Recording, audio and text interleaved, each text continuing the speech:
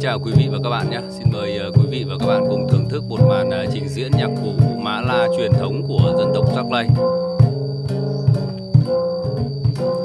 Dụ người Rắc Lây thì gọi cái bộ chiêng này thì là Mã La. Như các dân tộc Tây Nguyên khác thì gọi là cồng, chiêng. Còn cồng là cái loại mà có núm, và chiêng là cái loại không có núm. Ở đây thì đa số đây là cái bộ chiêng thôi.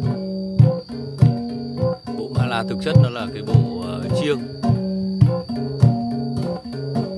Điều đặc biệt là cái cách chơi Mã La, cái tức là cách đánh chiêng của người Rắc Lây ấy, thì là bà con sẽ chơi bằng nắm đấm, bằng tay luôn, chứ không phải dùng bằng cùi, bằng dùi chiêng như các cái dân tộc khác.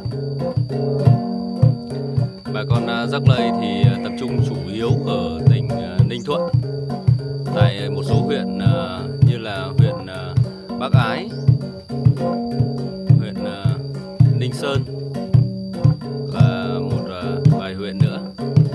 Trên địa bàn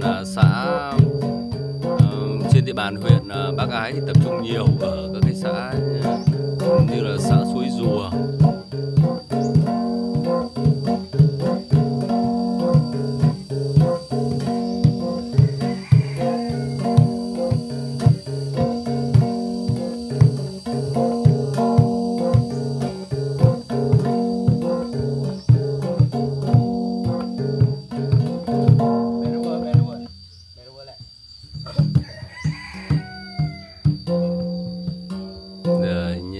anh em này đội đang chuyển sang một cái bài khác, cái giai điệu khác.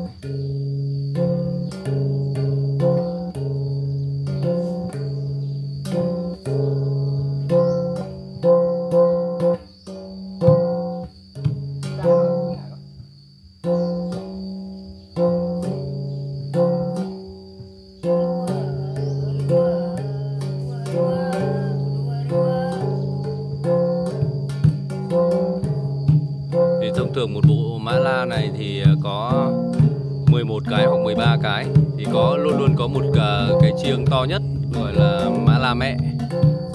Ngoài ra thì có những cái nhỏ hơn gọi là Mã La con. Và khi trình diễn Mã La này thì bà con luôn luôn sẽ kèm theo một cái trống nữa.